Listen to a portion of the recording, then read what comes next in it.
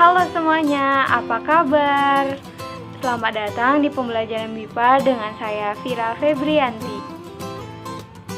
Apakah Anda pernah mengunjungi objek wisata seperti yang tampak di samping? Ya, objek wisata tersebut adalah Candi Borobudur. Sebelum kita memulai pembelajaran, ada baiknya kita terlebih dahulu tahu tujuan pembelajaran kita. Nah, tujuan pembelajaran kita yaitu yang pertama mampu mengenal bangunan-bangunan bersejarah di Indonesia.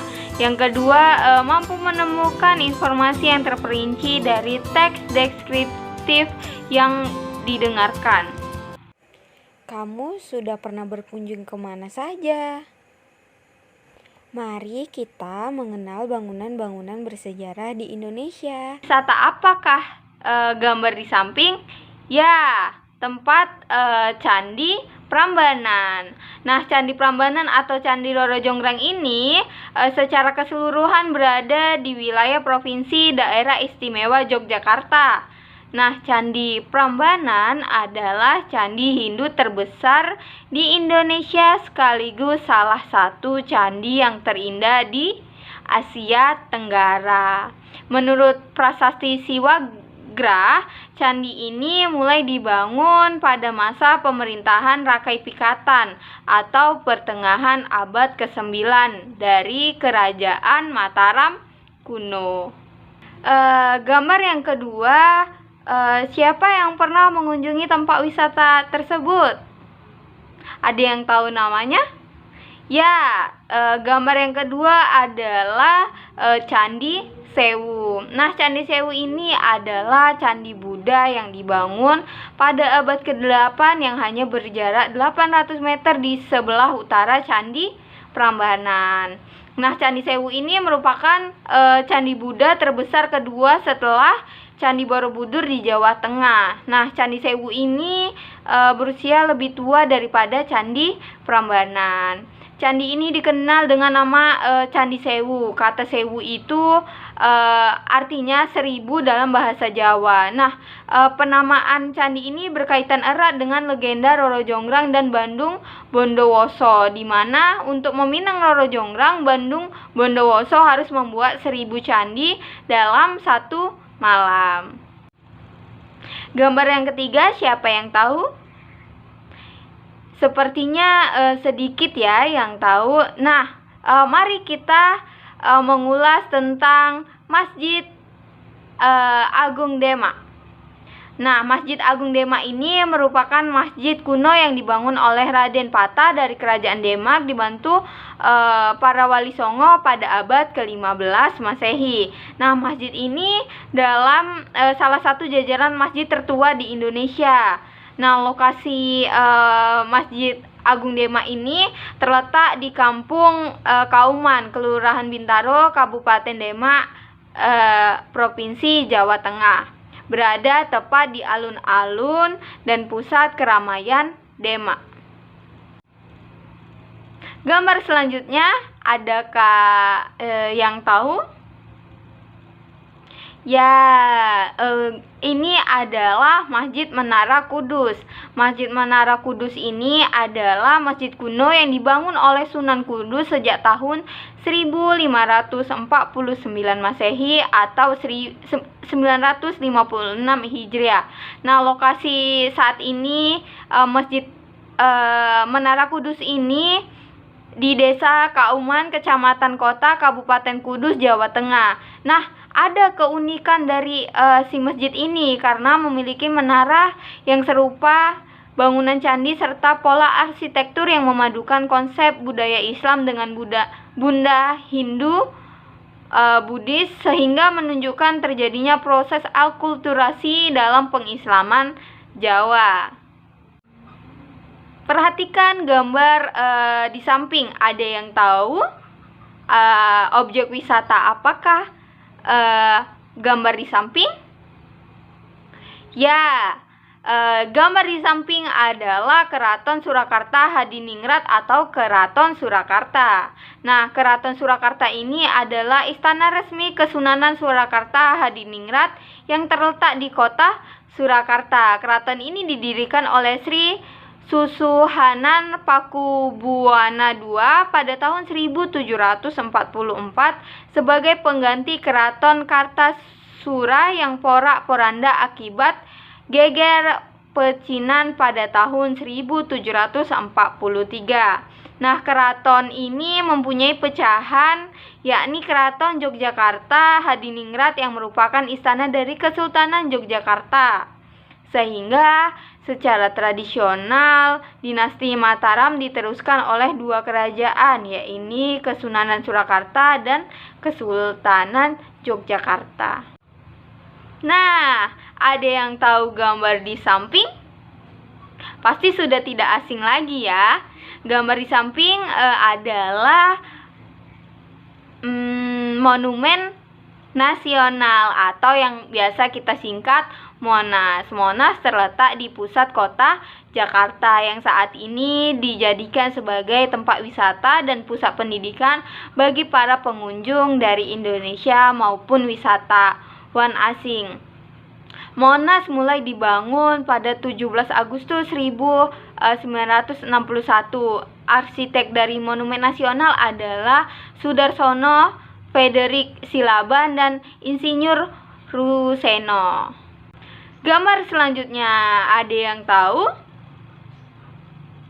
Nah, gambar ini adalah Tugu Muda. Tugu Muda adalah sebuah monumen yang dibuat untuk mengenang jasa-jasa para pahlawan yang telah gugur dalam pertempuran 5 hari di Semarang.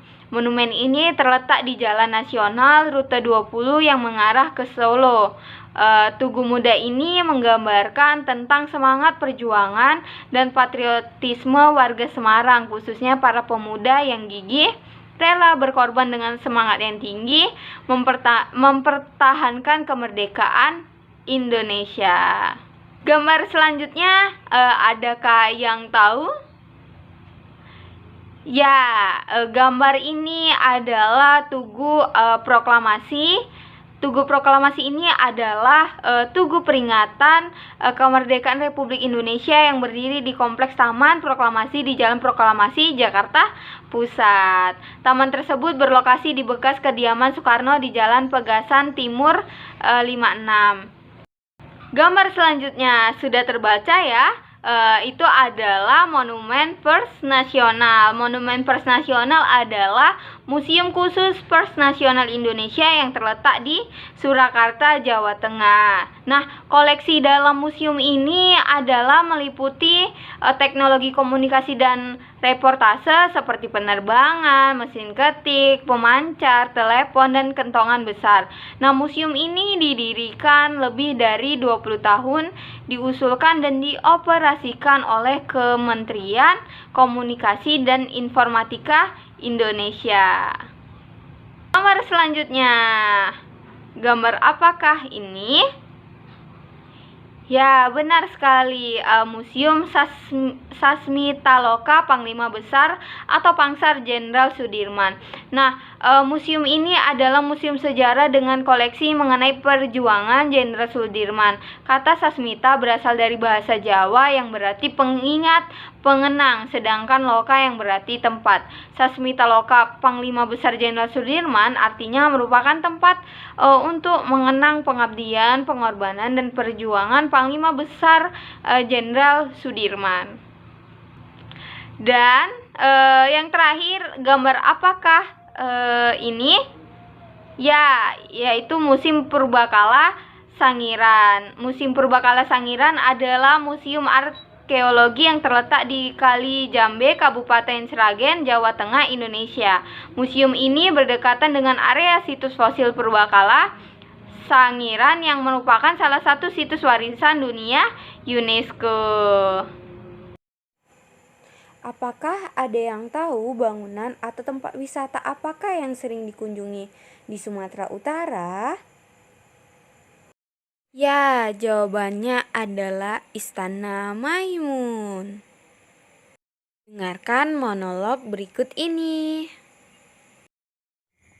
Istana Maimun adalah istana Kesultanan Delhi yang merupakan salah satu ikon kota Medan, Sumatera Utara.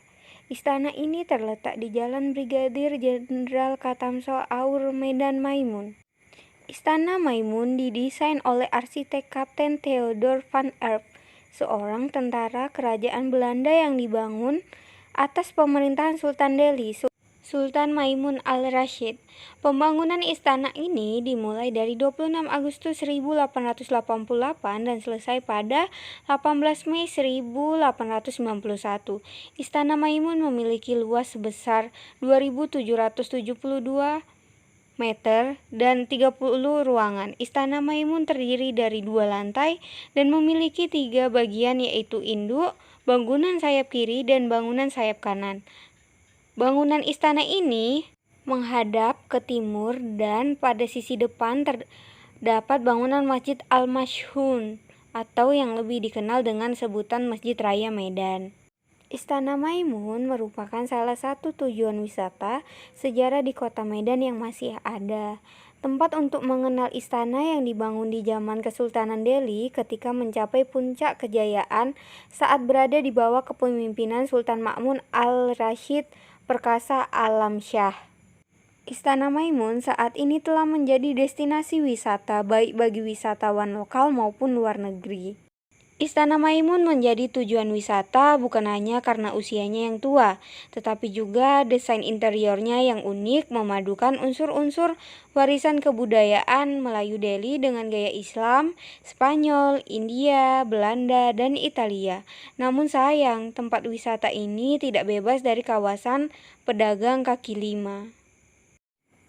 Tulislah beberapa informasi yang Anda dapatkan dari mendengar monolog audio tersebut. Jadi dapat kita simpulkan bahwa di Indonesia banyak tempat wisata yang bagus dan indah.